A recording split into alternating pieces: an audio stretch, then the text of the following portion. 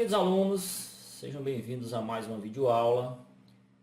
Hoje nós iniciaremos uma série de aulas que abordarão o tema análise combinatória, tá? Mas o que seria a análise combinatória? Pessoal, esse é um ramo da matemática que cuida da contagem de coisas, da contagem de eventos. Que tipo de coisas, que tipo de eventos? Então nós temos aqui um exemplo da utilização da análise combinatória. A pergunta é: de quantas maneiras diferentes pode-se definir as chaves das seleções da primeira fase de uma Copa do Mundo de futebol? Tá? Então você tem ali aquela quantidade X de times que você vai fazer o sorteio para definir as chaves da primeira fase. Então a pergunta é: de quantas maneiras diferentes é que pode sair o resultado desse sorteio? Tá? Então, se a gente fosse responder isso, seria através da análise combinatória. Outro exemplo da utilização da análise combinatória, se eu fosse responder aqui a pergunta: quantas placas de automóveis podem ser formadas sem repetição de letras e de algarismos? Então, essa questão levanta a dúvida de quantas placas eu consigo formar sem eu repetir nenhuma das letras, pessoal, e nem um dos números, tá? Quantas placas diferentes eu consigo formar? Então, seria uma questão também respondida aqui através da análise combinatória, ok? Primeira coisa que a gente vai ver aqui da análise combinatória é o princípio fundamental da contagem, tá bom? O PFC, pessoal. O princípio fundamental da contagem, ele responde a maioria das questões da análise combinatória, ok? O importante é apenas a gente saber utilizar esse princípio. Vamos ver aqui alguns exemplos. Eu tenho aqui um quiosque de praia, tá? Em Parnaíba, que ele lançou a seguinte promoção durante uma temporada de verão, pessoal. Um combinado de sanduíche com um suco e um sorvete ao custo de R$20, tá? Então está oferecendo aqui um combo, tá, pessoal? Esse combo ele é composto por um sanduíche, um suco e um sorvete, tá? Ao custo de R$20, tá? Então para o cliente escolher, ele tem as seguintes opções, ó. Para o sanduíche, ele pode escolher aqui um sanduíche de atum, um sanduíche de frango ou um sanduíche de presunto. Para o suco, ele tem aqui as opções de suco de goiaba e suco de laranja. E para o sorvete, tá, ele tem aqui as opções de sorvete de chocolate e sorvete de morango. Tá? E onde é que a análise combinatória entra nesse problema? Nós utilizaremos ela a partir dessa pergunta, ó, de quantas formas distintas uma pessoa pode escolher o seu combinado, né? De quantas formas distintas ela pode montar o seu combo, incluindo um sanduíche, um suco e um sorvete, tá? Então, por exemplo, o cliente pode escolher aqui um sanduíche de frango, um suco de goiaba e um sorvete de morango, tá? Seria uma das opções. Outra escolha poderia ser, por exemplo, um sanduíche de atum, suco de goiaba e sorvete de chocolate, tá, pessoal? Então, eu quero saber de quantas maneiras diferentes, incluindo todas essas opções, esse cliente pode fazer a escolha aqui desse combo dele. Então, é uma questão que é respondida através da análise combinatória e nós vamos utilizar aqui o princípio fundamental da contagem. Então, a representação dessas possibilidades ela pode ser feita por meio de um diagrama sequencial, conhecido como diagrama da árvore de possibilidades ou simplesmente o diagrama da árvore. Então, vamos lá. Agora, montar aqui o nosso diagrama de acordo com essas opções.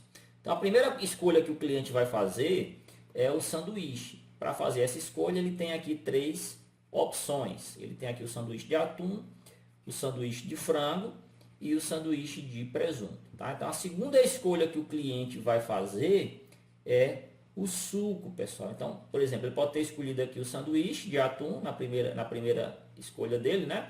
Na segunda escolha, ele pode ter selecionado aqui o suco de goiaba, tá? Mas ele também pode ter escolhido o sanduíche de atum e ter selecionado aqui o suco de laranja. Mesma coisa acontece aqui com o cara que escolheu o sanduíche de frango. Ele pode ter escolhido aqui o suco de goiaba e também o suco de laranja. Quem escolheu o sanduíche de presunto pode ter escolhido também o suco de goiaba ou o suco de laranja. Tá? Então, aqui já é o segundo nó da nossa árvore, pessoal. Então, no primeiro nó aqui eu tenho a escolha do sanduíche. E vocês vejam que dessa escolha do sanduíche eu tive duas ramificações, que eram justamente as duas opções aqui de suco, tá? Para cada nó do sanduíche, da escolha do sanduíche, eu tenho duas ramificações aqui, eu tenho dois nós aqui na escolha do suco, tá? Então, continuando aqui a nossa árvore, eu tenho aqui agora a terceira escolha, que é a escolha do sorvete.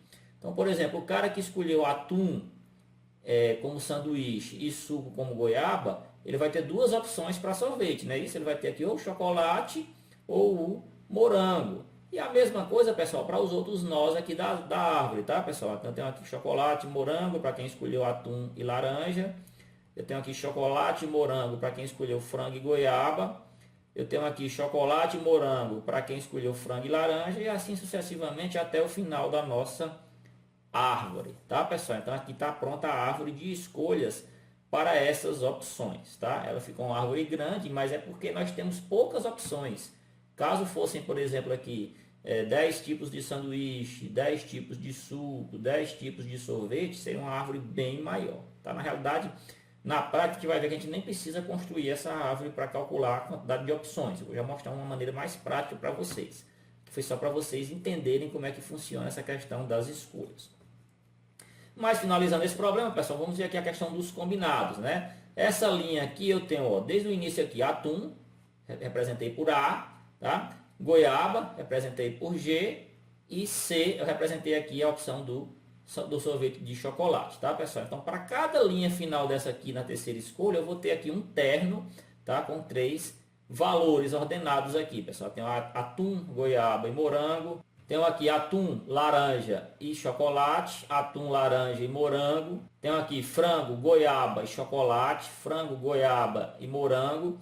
E assim até o final, pessoal, eu vou ter aqui todas as opções de escolhas aqui reunidas aqui através dessas ternazinhas aqui que estão ordenadas, tá, pessoal? Se vocês contarem, vocês vão ter aqui no total 12 formas distintas que um cliente pode escolher de acordo aqui com aquelas opções que foram fornecidas no problema.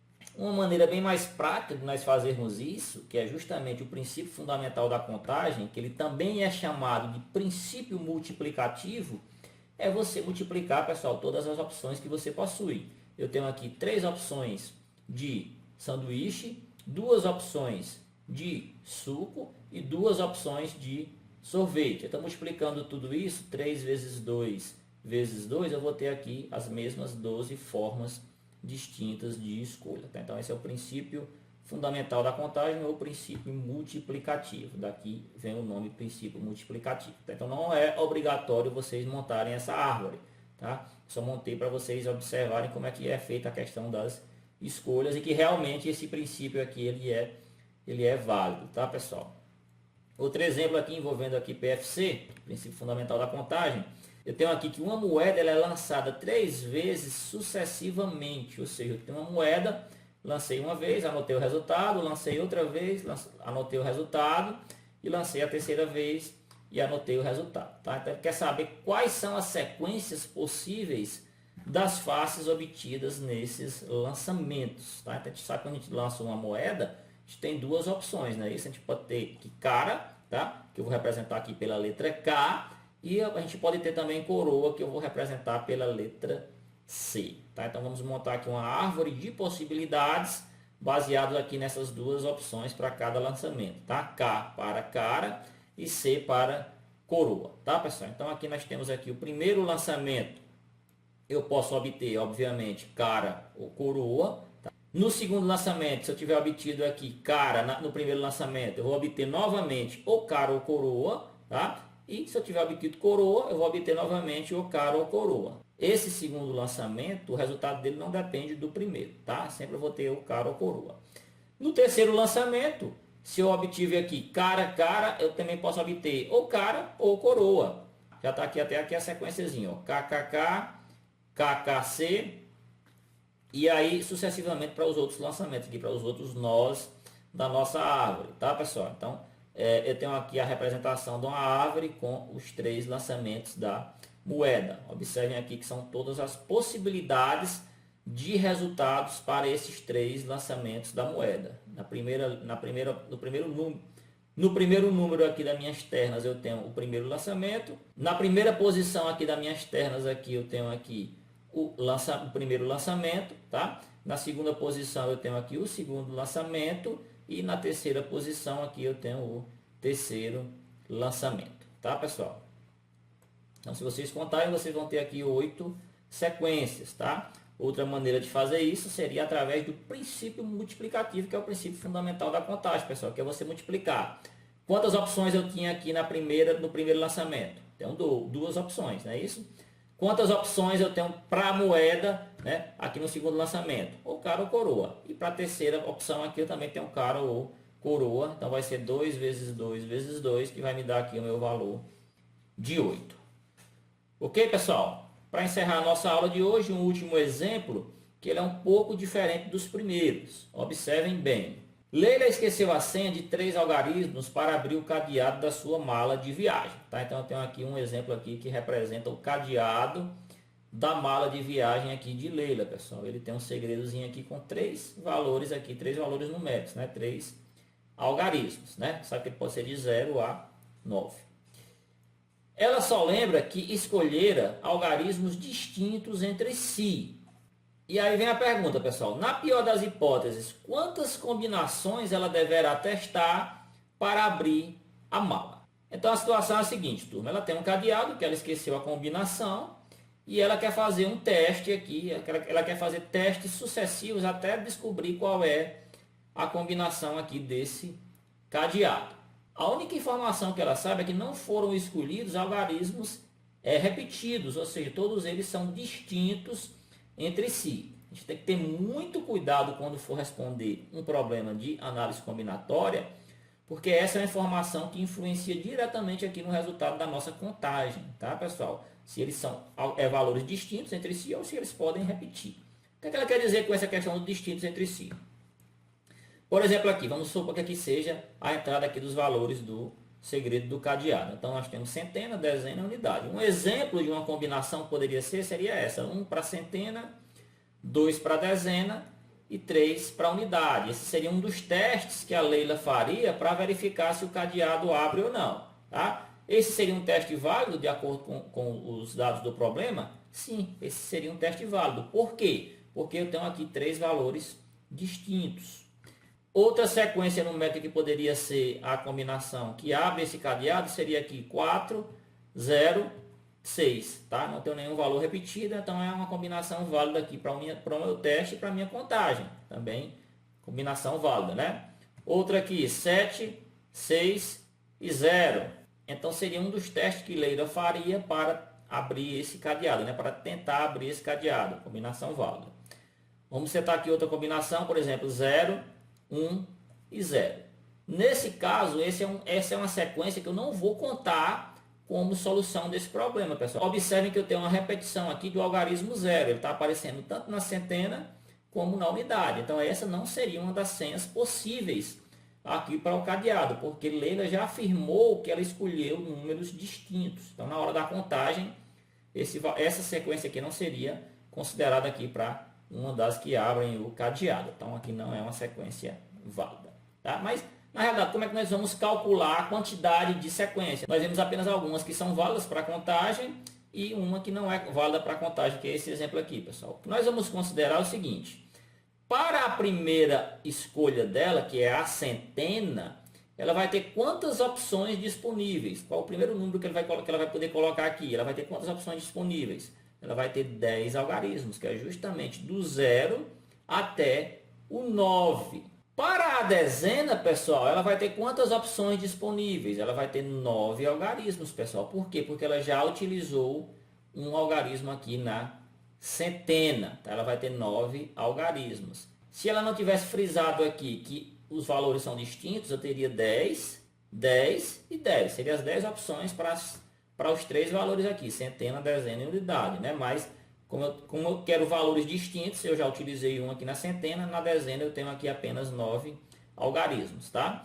E para a unidade, eu já utilizei um aqui na centena e um na dezena, eu vou ter 8 algarismos, tá? Quais são esses algarismos? Qualquer um dos 10 algarismos, pessoal. Mas na contagem, só vai ser influenciado aqui no meu valor da contagem, 8 algarismos, tá? Pode ser o 0, 1, 2, 3, 4, 5, 6, 7, 8, 9, tá? Por que isso? Eu não montei a árvore, porque essa aqui seria uma árvore imensa, tá, pessoal? Mas minha árvore seria da seguinte maneira. Na primeira opção, eu teria do 0 até o 9, que são as 10 opções aqui, os 10 algarismos que eu estou multiplicando, tá? Na segunda escolha, por exemplo, quando eu escolhi aqui o 0 na primeira opção, eu teria do 1 até o 9, ou seja, 9 algarismos, tá? Quando eu escolhi aqui o 1, Aí eu teria 0, 2, 3, 4, 5, 6, 7, 8, 9. Ou seja, sempre na segunda escolha eu vou ter 9 algarismos, tá? Eu vou ter 9 algarismos porque eu já tinha escolhido aqui um na primeira, tá?